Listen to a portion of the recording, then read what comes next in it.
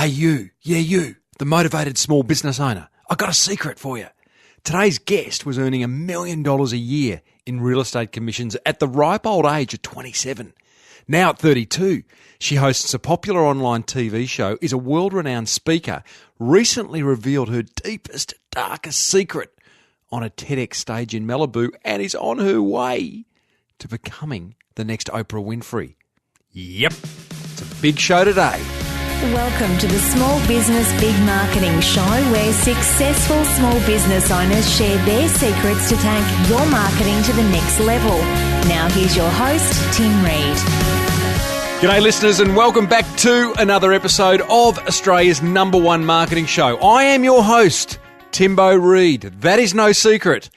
But you, standing, sitting, running, driving right there, are a motivated small business owner ready to crank out some great marketing to build that business of yours into the empire it deserves to be. Welcome back. We've got another big show. I got to tell you, I kind of alluded to it right up the front. I'm joined by Kirsty Spraggon.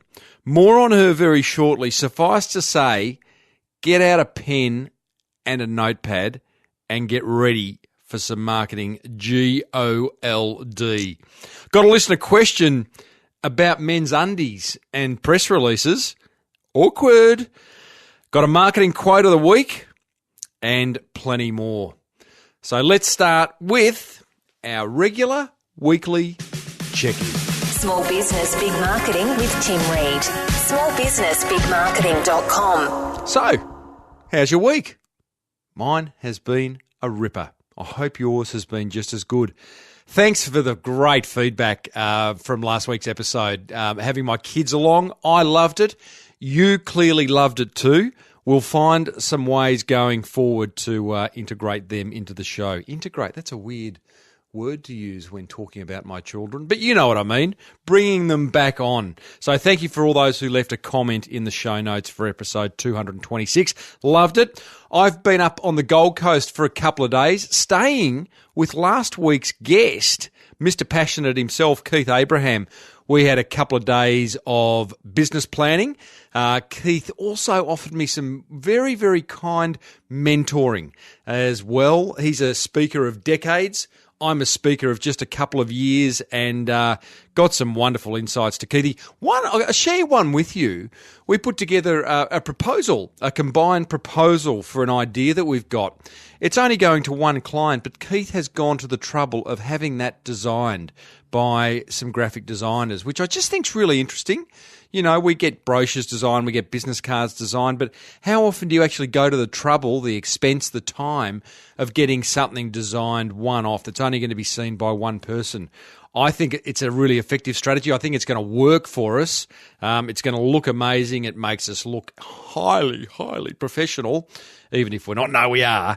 But I just think that's just a really smart idea. So, yeah, had a great couple of days. Got caught in the cyclone. Well, sort of a cyclone pending up there. It didn't stop raining.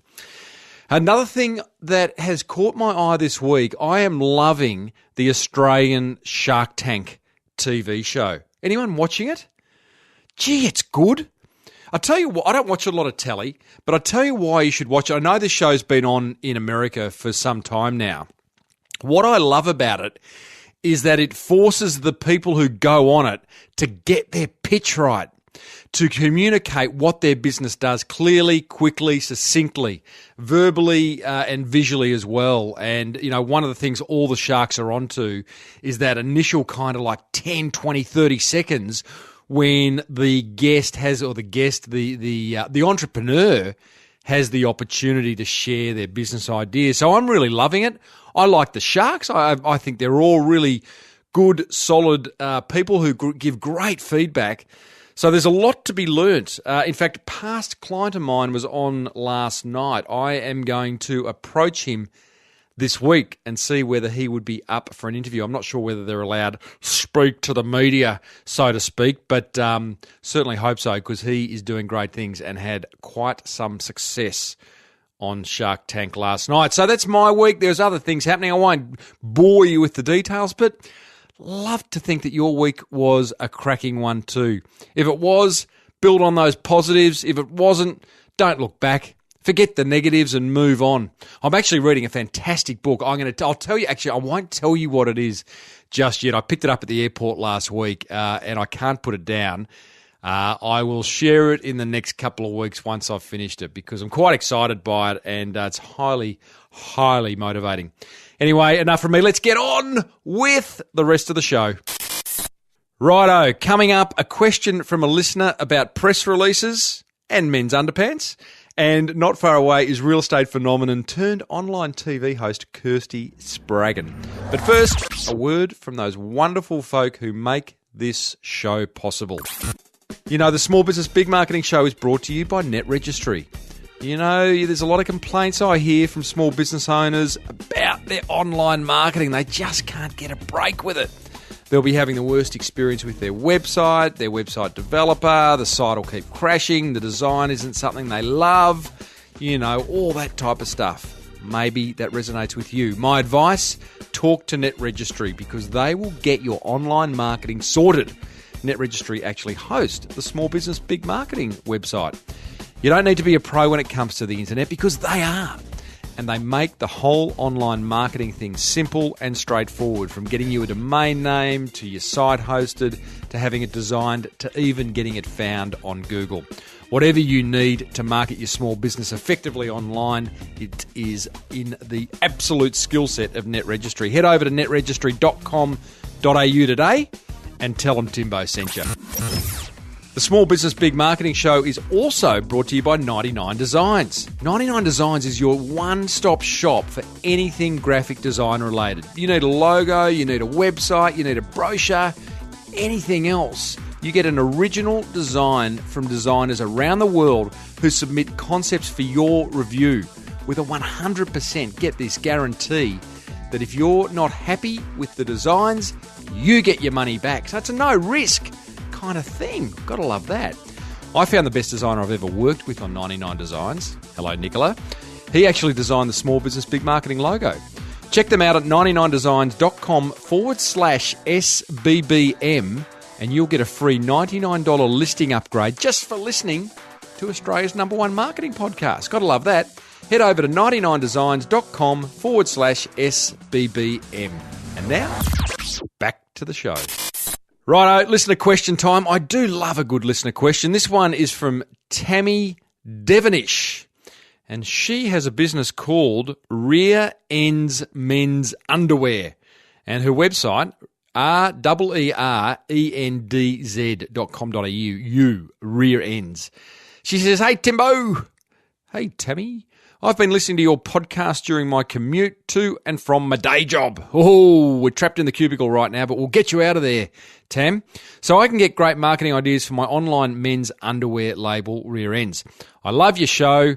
I've got no marketing background, so you keep me inspired and determined to succeed." Well, it is my absolute pleasure, Tammy. "I have noticed that several people you have interviewed have paid for press releases and placed it on PR Web, which I want to do. My question is about timing. For example, Father's Day is one of our biggest events on our marketing calendar, and I would love to get some coverage before the event, as we always run a special offer. Which month should I submit to PR Web on? I'm worried about not getting the timing right and either being too early or too late." All right, Tammy, good question. I'm going to approach it from a broader perspective. Well done on a PR strategy. That is a very smart idea. But think beyond PR Web. PR Web is one place where you can upload a press release, pay a fee, and it goes out to journalists all around the world, which may be a good thing. But I'm going to suggest, Tammy, go back to episode 223, where I interview Tina Tower. And the whole show's about how to get free publicity. I loved her quote, which was, "The easiest way to create a story is to be a story," right? And that attracts journalists to cover your business. So, for example, a story idea for your business could be men's underwear trends over the past 100 years. You know, colours, cuts, shopping habits. I think there'd be quite a smile in that. And you could create an infographic to support that story and send it out to journalists. I'd then identify and build relationships with journalists who have a particular interest in men's undies. So that could be from a fashion perspective, it could be from a men's health perspective, but I think you could have a lot of fun by creating stories and attracting journalists that way, instead of kind of going the shotgun approach out through something like PR Web. From a timing point of view, Tammy, ongoing. Just be the go-to person for when people want comment about men's undies in Australia or in the world. Go for gold. Okay, so the Father's Day thing's a good idea. How far out? Weeks out. You know, they particularly for magazines. Magazines have a 2-3 month lead time. So, but I'd be thinking blogging. I'd be thinking of podcasts. Hey, us podcasters love to be seated. And I'd just be getting your message out there on an ongoing basis by creating the story, being the story, I should say. Great question, Tammy. Thank you. Hey, listeners, if you do have a question, you can send it into questions@smallbusinessbigmarketing.com and hope it gets answered, or you can join the Small Business Big Marketing Forum and join lots and lots of other motivated small business owners where we talk marketing each day. You can post your question, and I'm in there several times a week answering them along with a whole lot of other people just like you. You want to join? Head over to crankmymarketing.com.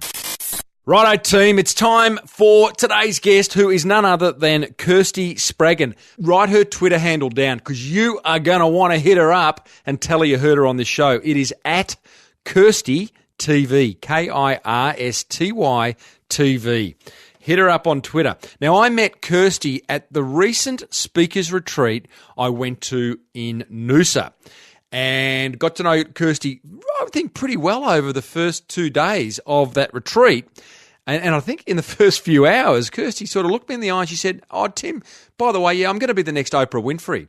And when she said it, I thought, yeah, you are. Like, she was, the look in her eye, it wasn't a joke. She is absolutely committed to doing it. Let me share her current bio.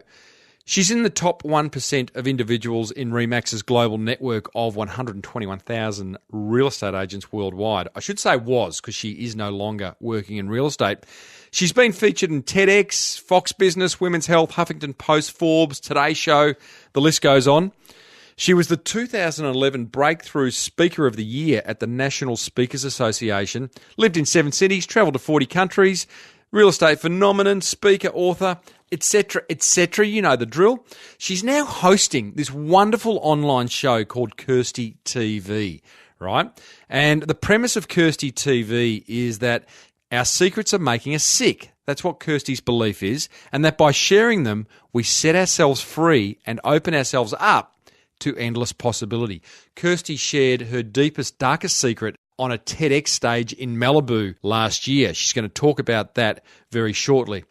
This is a really interesting interview. It's full of marketing gold. It's full of woo-woo gold. You are going to discover the secret to Kirsty earning $1 million in annual real estate commissions by the ripe old age of 27. We're going to talk about the power of vulnerability and how Kirsty's life changed forever once she did reveal this secret on the TEDx stage. I started off by asking Kirsty what she's most excited about. Oh my gosh, could you not give me some time to prep for that? Nope. What am I really excited about? I'm excited about what's next. You know, I've been thinking a lot lately with my talk show about whether I want to look at buying airtime, go network, stay online. I think there's so many opportunities out there. I want to do another book. So I'm excited about what I'm going to do this week. Right, okay. Just one step at a time. Yeah. Can you tick all those boxes off, this week? Get a network spot, get that book written. Yeah. But it's literally on my to-do list right in front of your face while I'm looking at the computer screen right now. Does that make you feel overwhelmed? No, because what I've got next to it, it's literally the first line of my to-do list, and it says, what's next? And for me, it's always about, like, every week, because it's Monday tomorrow for us because today was a public holiday in LA. And for me, it's always about at the beginning of each week, like what's the next right thing? Because I want one big thing that I'm working on, and then underneath that is all the little to-do things, you know, that I might have to follow up a contract or go through emails or do a new video for my sponsor. So I like the big picture thing at the top, and I like to know what that is for the week. And it's not necessarily going to get done this week or this month, but I like to know the big picture thing that's currently on the table. I think it's really interesting. There's a big lesson there, I think, for all listeners. A couple of things. A great old friend of ours, yours and mine, Keith Abraham, was on the show last week, and he stresses a lot about actually, I take that back. He doesn't stress at all, but he emphasises a lot about when you meet with someone, the last thing you ask is, what's the next thing? What's the next thing we've got to do to move this forward? And it's not the little thing, it's the big thing. And funnily enough, I'm interviewing another guy today, Mark McKeon, who has written a book called The Go Zone. And the Go Zone is 2 hours a day in your day where you do the next big thing that's going to have the biggest impact on your business. So you're onto something, Kirsty. As if you didn't know. Hey, now listen, you're onto something a while back, I reckon. I want to talk to you about your real estate career, which is no longer, and then what you're doing now with KirstyTV and speaking and all that. But you were ranked in the top 1%, I think it's amazing, in Remax's global network of 121 real estate agents. I was going to say land rats, but I wouldn't say that. Now, what does being in the top 1% mean? Can you quantify that for us? The top 100. I think I was like 64th and 5th in the 2 consecutive years. But who's counting? Yeah, something like that. I need to pull out the newsletter. Yeah. But okay, so what does that mean? Quantify in terms of sales or? Yeah. It was like, there's very few sales industries on the planet that would sell, the amount that real estate sells. So when I'm dealing with car sales, insurance, recruitment, they'd be lucky if their sales gross close to 200,000. For a top realtor, it'd be anywhere between 1 and 2 million. It's a fairly good income. Are you talking commission there? Yeah, what you take home. Right. Okay. So at the ripe old age of what? Maybe 27. At 27, you were the 63rd best real estate agent in the Remax network, taking home how much in commission a year? A running rate of close to $1 million. Love your work. Gee, I love your work, Kirsty. Okay, so now you've quantified it. My question, and every other listener right now, is how? Is your secret sauce to doing that? Relationships. Yeah, for me, it all comes down to building great relationships. I love people. I networked my butt off. I got out there. I stayed in touch. I followed up. I did all the right things. There's many things, but I think that understanding and valuing the incubation period of relationships was probably key. They say from the time that somebody first meets you to when they'll actually do business with you is often 9 to 18 months, which is that incubation period. And that can be when they first see a billboard when you're in real estate or receive a flyer in the letterbox or meet you at a networking event through to when you'll actually list and sell their property or be referred by them. And, of course, in every business, you'll get some people in your first 1 or 2 months and people that may have been in relationship with you for years that come off down the track. But I have found consistently in most industries, and even for myself transitioning from real estate sales to speaking through to the TV show, that I've always followed that incubation period. There's always 9 to 18 month tipping point in starting a new business. There's always 9 to 18 months in most relationships before they come on board as a sponsor or a speaking client or a real estate lead. And I think what I was really great at is making sure I stayed in touch long enough that I was there when that incubation period came to fruition. Most people meet a ton of people and don't do much about the staying in touch piece. Massive amount of patience required?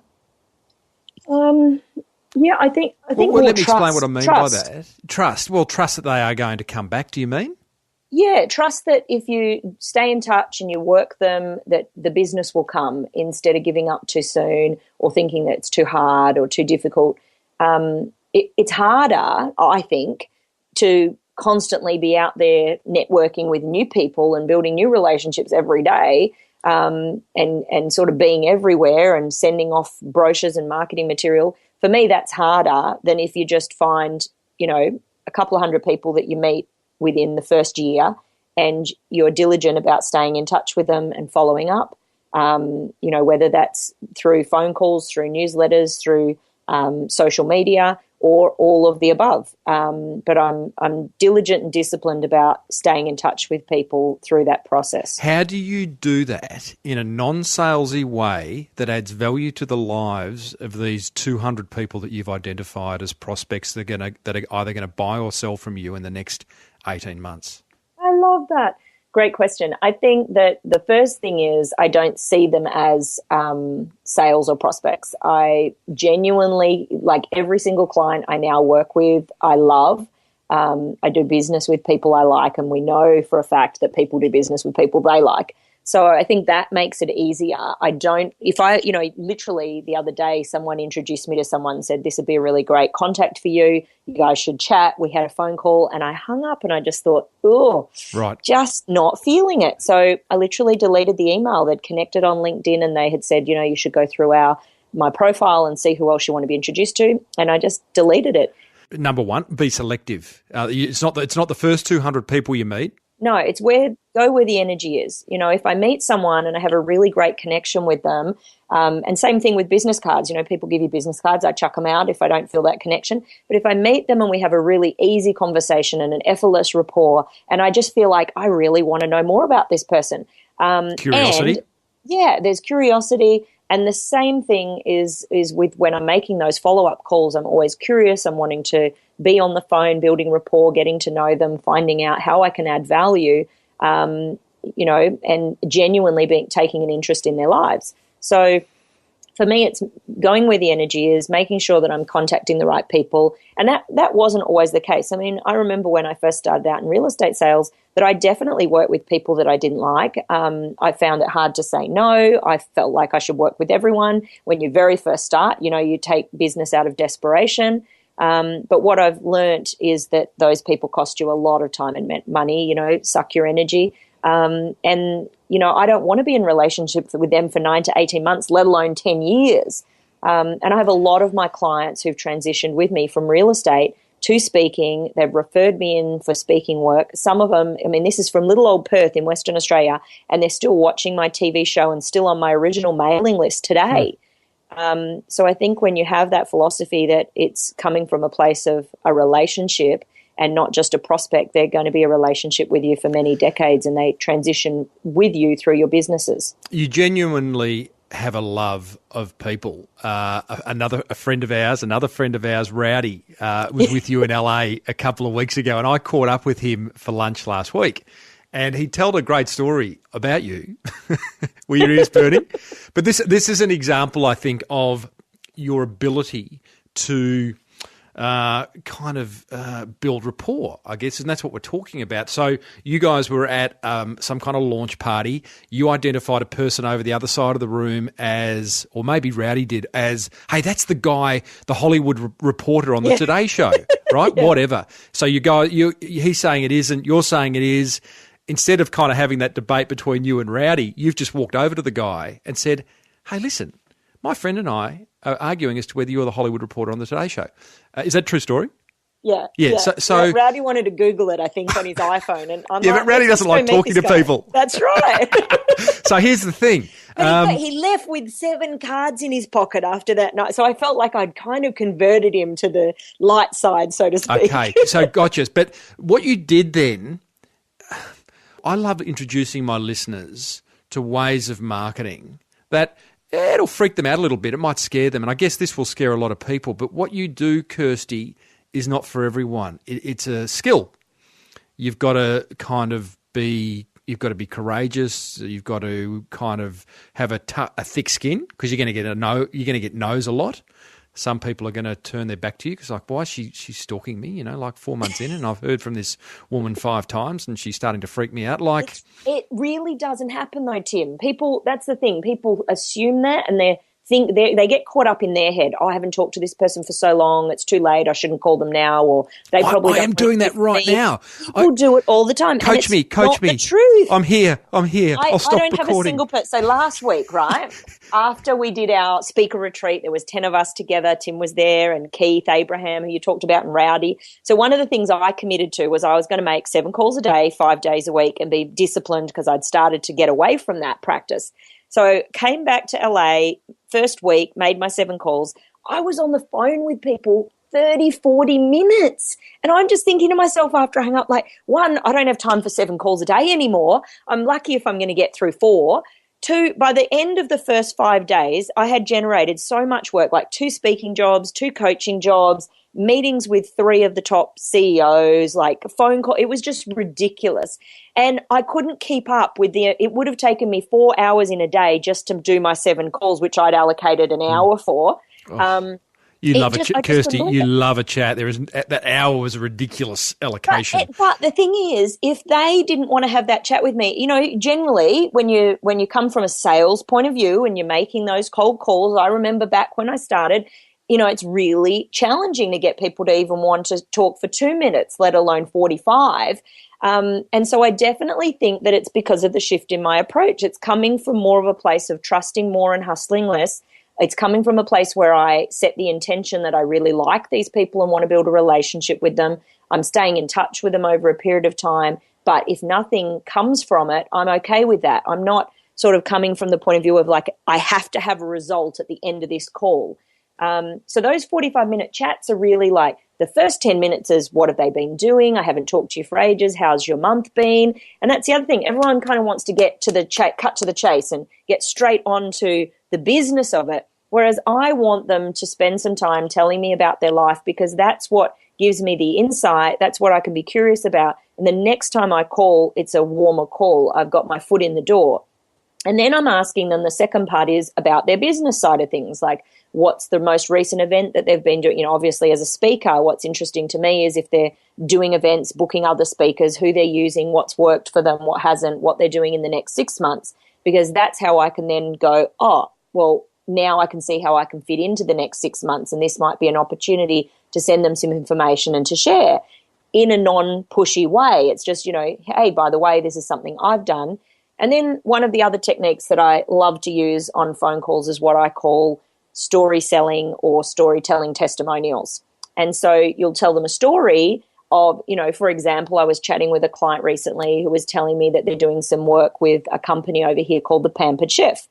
I happened to have spoken 2 weeks before for the Australian equivalent called the Chef's Toolbox. So as we're chatting and she tells me about that, I then let her know about the story of how I've worked with this client in Australia. And I use a storytelling testimonial. I tell her about the event. I tell her how successful it was. I give her a few insights into how I work with them. And so that's a real soft way of selling without being pushy. Yeah, and can I just, on that point, that's about listening and the idea, and I like that, like as you're having a conversation with someone, you're letting them tell you where they're at, what they've been doing, there'll be something that they say that you'll be able to add value to or solve a problem with or whatever it may be. And that I like that. And it'll be completely unrelated to what you're after in terms of, being booked or getting a listing, but it's all about being helpful, isn't it? Well, and that's the thing. Like for me, a lot of my relationships come from referral business because I'm also a great referrer. If you don't listen, if you don't get to know people, if you don't know how you can help them, when I was in real estate, it'd be getting an interior decorator in for them or bringing in an accountant or a financial planner or some other kind of referring partner who I valued and trusted and loved working with. And then they would work with them. And then they're part of the family. And down the track, they'd be like, oh, now we're ready for Kirsty. But wasn't she great at helping us get everything ready and in place beforehand? Mm-hmm. I love it. And so speaking, I'm not always recommending myself. There's quite a few times where I'm like, I'm not the best fit. What you want right now is a leadership expert, and this is who you should be talking to. So, I'm all about making sure that they get the best thing for them. And at the same time, because a lot of people will take something immediate, but then if I took that leadership and it's not my forte and it's not what I'm great at, then I'm going to burn my bridges and the relationship for all time. There was a great one of the other podcasts, I know you listen to it as well, the National Speakers Association podcast. There was a great idea for referral marketing in that, I think in the last month's episode, which was all about, as a speaker, you appear on someone's stage. After that, you send a note, an email to the person who organised it saying, thank you, loved it, hope you did too, let's stay in contact. There's 3 things you know for sure. They're going to have a conference next year. They're going to need a keynote speaker, and chances are it won't be you because they've had you on that stage. Maybe not, but on the assumption that it won't be you, then you refer 2 or 3 other people to make the life of the conference organiser just that little bit easier. And that plays 2 ways. They think you're great, and you're referring others who are then going to pay it back to you at some point. Beautiful. Don't you love that? I love it. Hey, have you got some mantra bands clacking around on your wrist? I know they sponsor you. Are you just like is that your subtle way of the jingle? There you go. I love that. We'll talk about that in a minute, but sit on your hands. Hey, Kirsty, so relationships, networking, $1 million in commission at the ripe old age of 27, love it. But in your rise to the top 100 sales agents for Remax, was there a moment when you made an awful decision? And if there was, I'm guessing there was, what were the consequences? Oh, gosh, these are some hard questions, Timbo. Come on, Kirsty. Just because it's a public holiday, you can't fall back on that one. Well, I don't, not necessarily hard, but certainly, one of the most challenging times for me was I didn't have any boundaries. So I was available and accessible 24 hours a day for my clients. And I had some clients who would take advantage of that and call it all hours. So I certainly remember having a moment where I had a bit of a breakdown and would have to be underneath the comforter in bed at 3 p.m. rocking. So, Really? That's serious. Like blubbering mess. More just stress. Like I would shake when the phone would ring. And so I just hit burnout. That doesn't happen overnight. Like, what was the run up to that happening? Like a week? 6 months? No, I would say over a period of months. I mean, I think I worked that process for probably 2 years before it became a problem. Was extremely available. I'd say a full year at probably doing more than I should and pushing myself mentally and emotionally. But yeah, definitely a good few months before I stopped it and really recognized it and was able to step back and go, what do I do about this? How do I change things? That could be career ending for a lot of people. It wasn't for you? No, I think for me, I recognized it early enough. I am someone who generally works at what other people might take an hour to get done, I'll do in 15 minutes. So I do work at a pretty speedy pace. And always have, but I think that can be a problem too. If you're somebody who works a lot, it takes you a while to recognize, that you haven't had a day off and you're not stopping and that you do need to recharge and that you can't just work every day of the week. And when you love it, and that was my biggest problem, is I loved what I did. When you love it, you can want to work 7 days a week, 24 hours a day sometimes. And so you really have to be conscious to go, yes, but this is not sustainable. I need to pull back. I need to have some boundaries. And it can be scary in a business. You think, well, if I pull back, are they going to still book me or go somewhere else? And what I found is once I set those boundaries, I didn't lose anybody and I still got the same amount of work done and I enjoyed it. Yeah. How do you, that's again, easier said than done. You and I are both small business owners now to this day. And, I don't know about you, but my boundary setting's pretty average. You sound like yours is under control. It is now. She says doing an interview on a public holiday. Yeah, well, I didn't know when I booked it. I think I say no to a lot of interviews now that before I would have been doing one every day. I say no to a lot of stuff that before I would have said yes to everything. Well, thank you. It's okay. I'm definitely clear about I have certain days off, and as I said, I haven't had a proper day off in 2 weeks, and I'm really conscious of that. So I make sure that I then stop it before it becomes 3 or 4 weeks. And generally, I try and make sure I have 1 to 2 days off every 7 days. But for a long time, I didn't. I just loved working. And so I tend to have block holidays. If I need time off, I'll go and have a whole month at the end of the year. I tend to do that more than be conscious of having 2 days every week. But I don't have a husband or a partner or children that I have to be accountable to and to fit a schedule. So if I want to work at 3 a.m. one day and then have a nap at 1 p.m, I can. So I have just found that listening to myself and knowing myself has been the best thing. And I really understand my body and know when I need to stop and when I can go. Every parent is just yelling down the speaker at the moment. Oh, here we go, another successful business owner without children or responsibility.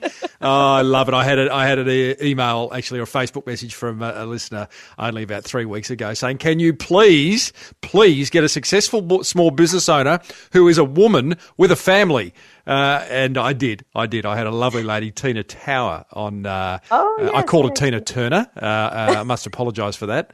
But she is Telstra Businesswoman of the Year. And but no, I get that. Do you have FOMO, fear of missing out, when you have that? When you set those boundaries? Because that's my problem. Like if I go, you know what? Let's say today, this afternoon, phone's off, no email. I'm going go-karting. I would just go, oh, gee. Because like I got, just before I came on for this interview, I got an email from a speakers bureau asking me to speak in Bali in September, and they wanted a fee schedule and availability this morning. So what happens? What if I was go-karting? Well, look, I think you are going to miss some things. Right. You know, and I've said this to a few friends, you know, when you sort of get to that level of when you're doing over 300,000, I'm pretty sure, you know, 150, most people are happy. I could live with that kind of income. Once you start getting over 300,000 in a small business, you're doing all right. 500,000, $1 million. Like there has to be a point where you go, what's more important? Me doing everything and not having a life and not being there for my family and my friends? And because even though I don't have children, I still have a life. I still have other people that want to spend time with me. And, you know, it would be a pretty lonely existence if all I gave to is, and I make the effort, I must say, I call all of my friends more than anybody else calls me, maybe because they do have children. But I make a huge effort to give back and do charity work and be available. So I have a lot of things outside of work. But I think for me, the fear of missing out, I got rid of that in my first business. I think you kind of get some lessons, and then over the years, I've just carried that with me and gone, like, you can't do everything. At some point, enough money is enough money, and then you have to go, I am going to miss some opportunities, but that's okay. Or is it more important to me to have those things, and I may end up divorced and unhappy and alone and miserable? You know, so I think you will miss some things and you will miss some money. I used to take, when I was in real estate at the peak of my career, I took 3 months off a year. And so, yes, I probably lost, you know, anywhere up to $300,000. So that was a choice I made because I didn't want to be living to work. I want to move on from real estate, but one last question that does come to mind, and please sit on those mantra bands or I will come to West Hollywood where you are now. I don't even have them on. Wow. What are you hearing? I don't know. Some clattering. Okay. But that's all right. I thought it was just another. I thought this was another sponsorship plug. Just tell me, one last question. You're booming. You're in WA. You're doing really well in the real estate. Did you ever get ahead of yourself? Oh, I think yes, but I don't think I noticed it until I left. It was in that transition stage to becoming a speaker that I kind of had a few moments where I'm like, wow, like my identity was tied up in I'm the successful realtor. Yeah. And so to all of a sudden show up in a new industry with no skills and just to really be a nobody, it was hard. And that was when I kind of recognized, wow, I've gotten really tied up in this identity and ego.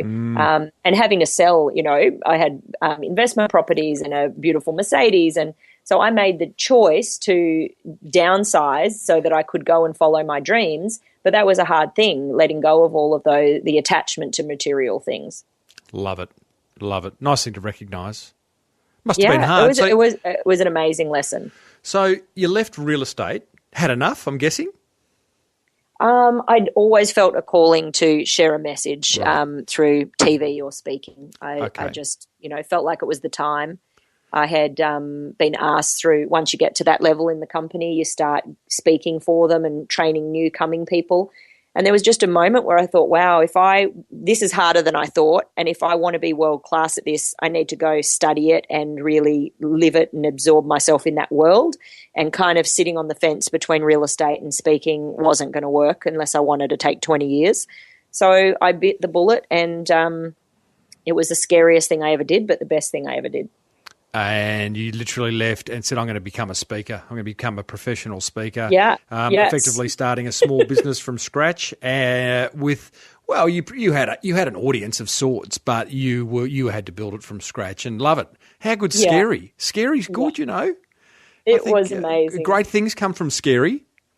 So I think both journeys, moving from Perth to Sydney to speak and from Sydney to LA to do the TV show, both have been equally as scary because I'd never spoken, I'd never been on stage, other than one small room. It didn't have a stage, it had carpet. And then moving into the TV, I'd never interviewed, I'd never been on camera. I hadn't been involved with the industry at all. So that was tough.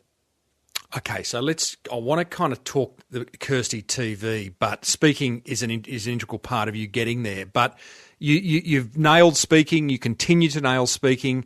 Just give us a kind of, again, quantify where you've got to with your speaking, because then I want to talk about Kirsty TV. Speaking, what do you want to know? How many speaking jobs did you do last year? Oh, gosh, I actually don't even count, Tim.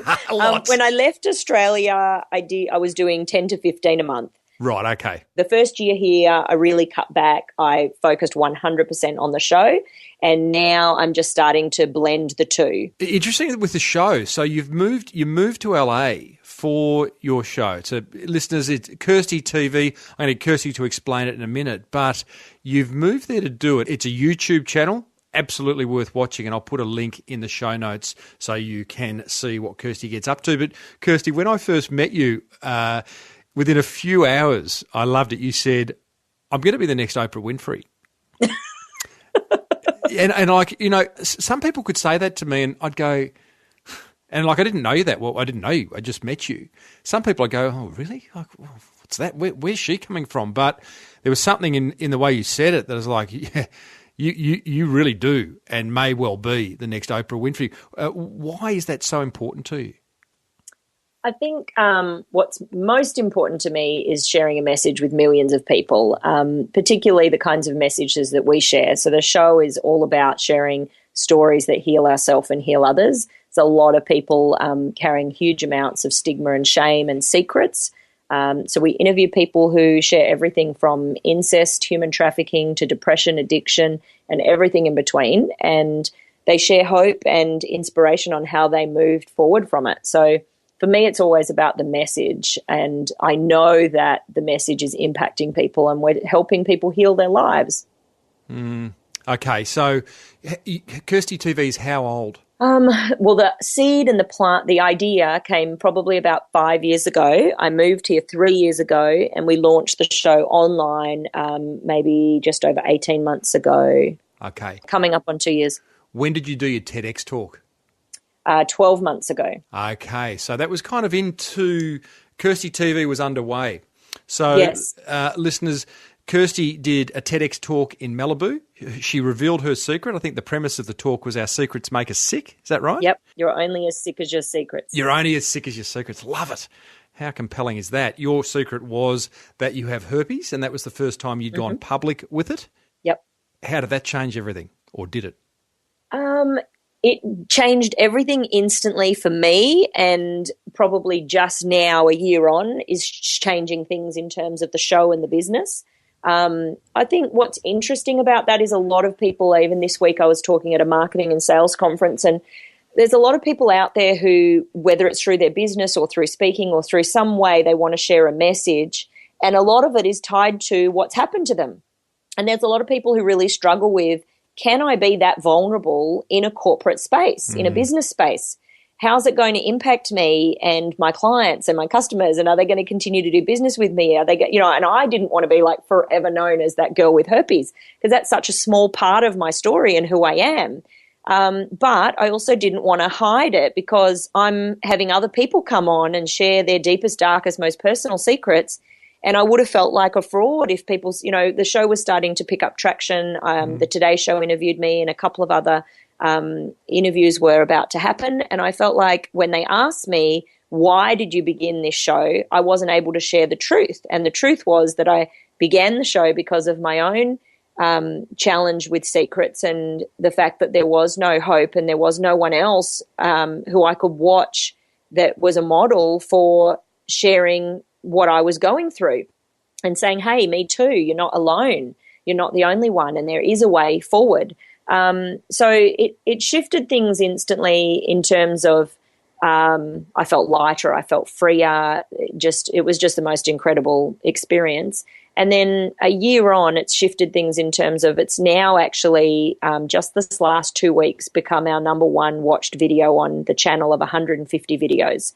And so, for a while there, we had a couple of other guests that were our highest ranked videos. And now all of a sudden my personal story is the one that people are watching. And it got shared amongst communities of other people who had herpes, and they've now asked me to come and speak at some events, and this has all just happened in the last 2 weeks. So can we just vulnerability, you mentioned, you've laid your cards out on the table.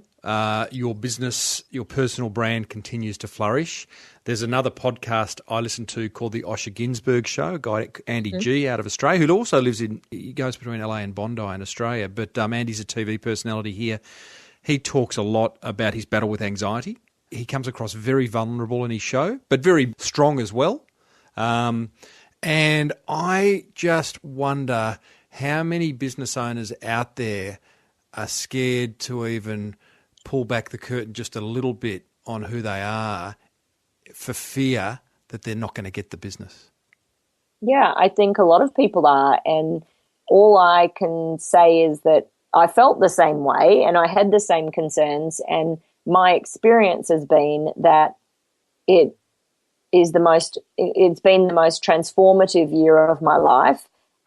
It's opened up more opportunities in terms of work, but it really depends. It depends on what the information is and if it has any relevance to, for example, if somebody was cheating on their wife, I don't know whether you need to share that in the corporate workspace unless you're a marriage counselor or a relationship expert. And then, maybe there is some relevance. Need for, some relevance and some something that's going to help other people by you sharing it. And I think it's also, particularly if you're a public person, for me, part of it just came down to authenticity. I wanted to share my truth, and there was a part of me that felt like without doing it, the show would never go to the heights that I knew it could if I was more open about where I was coming from. I'm going to be a bit vulnerable with you, Kirsty, and anyone who's listening to this show. I want to talk about production of both our shows. Mm-hmm. You put a massive amount of effort into KirstyTV, both from a time and money point of view, and I don't know how much you want to share there. I put also a lot of effort into this show. I'm pretty wrapped with what this show's done for my business and personal brand. It's ranking number one on iTunes more often than not. It gets me a lot of speaking opportunities, but I feel it's got to take that next step, like that's going through my head a lot at the moment. I look at your show, you spend a lot on production, and if we just talk about views, and I know there's other ways of quantifying this stuff, but you've got videos that have had 87,000 views. You've got shows that have had 94 views, okay? They're a lot younger, by the way, like they haven't been uploaded for as long. But how do you feel about that? Like, are you happy with where it's at? I am. So for me, I tend not to focus so much on individual episode views because it can fluctuate so much. The video that, one of our videos that's at about 90,000, a human trafficking story, Petra's story, that started off with under 1,000 views for the first 6 months, and now all of a sudden it's exploded. So you just can't tell sometimes. My herpes video is now at about 30,000, and again, similarly, that was really small. When I first started, it was, I don't know, probably lucky if it did 1,000 in a few months. And now all of a sudden it's getting nearly 1,000 a day. When I did the Today Show interview, I remember being so excited and telling them that I was getting, I think, 1,000, we had 1,000 views in total on the entire channel 3 months. Yeah. And I was ecstatic. And so now we get close to about 2,500 a day on the channel, and it's just ramping up. Like my roommate said to me the other week, gosh, we were celebrating 100,000 views on the channel not that long ago, and it's now at 400,000 this week. And by the way we're going, we should hit 1 million in the next few months. So I'm really happy with it. This is this incubation period you're talking about, isn't it? Yeah, definitely. And I think that, I know someone who has millions of views on their channel, but they started 8 years ago when it was a lot easier. There was only 100 channels on YouTube back then. Now there's hundreds of thousands, if not millions of channels. So it's harder to cut through the clutter. What I also know, and I shared that with you, is that one of my sponsors had paid $100 to $500, which is pretty much the going rate, to sponsor a YouTube video. Mm-hmm. And they did that with 2 or 3 mummy bloggers, and they were lucky if they, the sale of their product generated maybe a couple of $100 in sales. I did one post on Facebook talking about them and had over $2,000 in sales, so which is 10 times the result that they'd got anywhere else. And that was just from a Facebook post. So I think that what I know is that I don't focus so much on needing to have the big numbers other people have. I would rather have a niche market of diehard fans who watch every episode we put up and love what we do and engage with us on Facebook and on Twitter and share things. That's been sort of my focus, has been growing that. You're putting out a show a week, is that right? Yes. We've kind of, we were putting out, we have different things. We have the interview with a guest, which has a 3-camera shoot. That's the highest production quality. And we're probably only doing one of those a month now. And then in between that, we were doing Google Hangouts, 1-camera shoots, interviews where I might have been at national speakers and interviewed a couple of speakers in the hotel room. So they're not as high a quality episodes. Yeah, okay. And that's purely from a budget point of view. So I made the decision, I built the numbers. Now I could put nothing on the channel and we're still growing at a couple of thousand views a day because people are watching, the human trafficking story, Joe the Juicer, my herpes video. So those older ones are still generating more views than what we got in the first 3 months with one video. So I could literally stop now and still generate views. But I like to put something up every week. I decided to pull back on the production quality and just focus on bringing sponsorship in and figuring out how I'm going to monetize it now. Good on you, because the production quality, is a massive. When you explained to me this 3-camera shoot, it's a highly produced show, the episodes I watched. So now that you're backing off on that, I'm interested to know, have you noticed, well, clearly not, you haven't noticed a downfall in audience?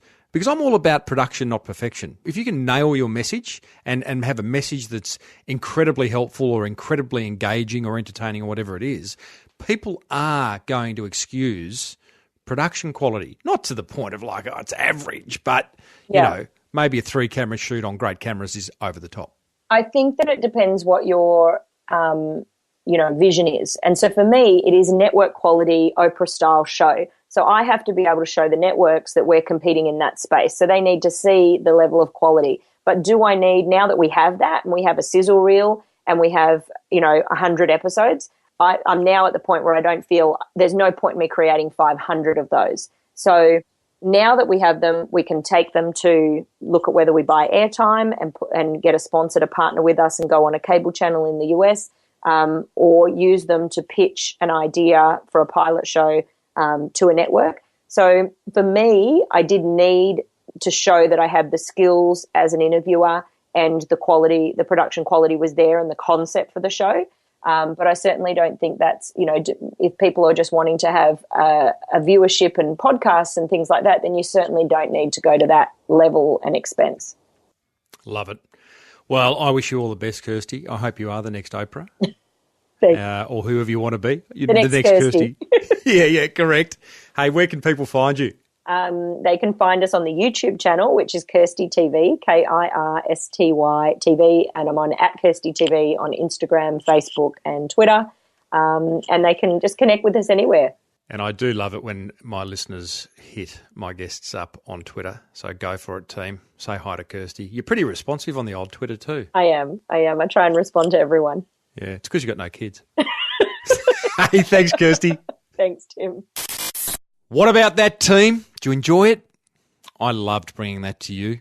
Now, remember, head over to Twitter and hit Kirsty up at KirstyTV, KirstyTV. I will put a link in the show notes to her YouTube channel as well, which is Kirsty TV. You can Google that. You can YouTube that. But I want to share my top 5 learnings having spent some time with Kirsty. And these are thanks to the very good folk at Net Registry and 99 Designs. Number 1, spend time building relationships. And in doing so, expect a 9 to 18 month incubation period. I like that. Building relationships is anything, but not expecting immediate results. Yeah, 9 to 18 months, long time. So you want to start building those relationships real quick. Number 2, go where the energy is. Be selective about who you choose to work with. Easier said than done when you're starting a business, but if you've been in business for a while, there is power in saying no. You've heard me say that before. And there's power in being selective about who you choose to work with. That goes for clients, it goes for suppliers, it goes for staff. It just makes for a better energy in your precious business. Be a great referrer. Number 3. I love the idea of referring business to others. It's only going to come back and deliver great returns in spades.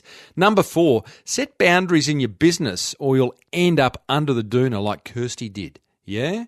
Set boundaries, say no, turn off, switch off, give yourself time to regenerate, reinvigorate. Number 5, be a little bit vulnerable. Yeah, I think there is power in that. People buy from people, not robots, not machines. So if you can be a little bit vulnerable, show your human side, even though it's important business, this stuff that we do, I think you're going to see some success just like Kirsty did. Hope you enjoyed that interview. I would love to see your comments in the show notes. I know we're going to be talking about it inside the Small Business Big Marketing Forum. But if you're not a member, head over to the show notes and leave a comment for episode 227. As if we haven't had enough inspiration already in this episode, we'll wrap things up with the inspirational marketing quote of the week. Nice short one for you today. It's from Tom Fishburne. He says, "The best marketing doesn't feel like marketing." Quote, unquote. Ain't that the truth? And that's great support for my helpful marketing concept, which I talk about ad infinitum. The best marketing doesn't feel like marketing, yeah? Help your customers, help your clients make an informed decision through helpful marketing, and you are on the way to marketing nirvana. Righto, team, if you enjoyed this episode, then you are going to love the marketing gold I have in store for you over the coming weeks. To never miss a second, simply subscribe on iTunes or on your favourite podcast app. I use Downcast. Be sure to hit me up for a chat on Twitter. My Twitter handle is @TimboReid. That is REID. And if you want to pay it forward, then go ahead and tell another motivated small business owner about this show. They'll love you forever. And be sure to use 99 Designs for all your design needs and Net Registry to get your online marketing sorted. A very big thank you to all those who've left a review on iTunes or a comment in the show notes. I read and respond to them all and absolutely love them. Good for my ego and for my rankings. A special thanks to my forum members. Your commitment to growing your business through smart online marketing, or smart marketing generally, full stop, absolutely inspires me. Until next week, may your marketing be the best marketing. Bye for now. You've been listening to the Small Business Big Marketing Show with Tim Reid. Want more marketing goodness? Then visit smallbusinessbigmarketing.com.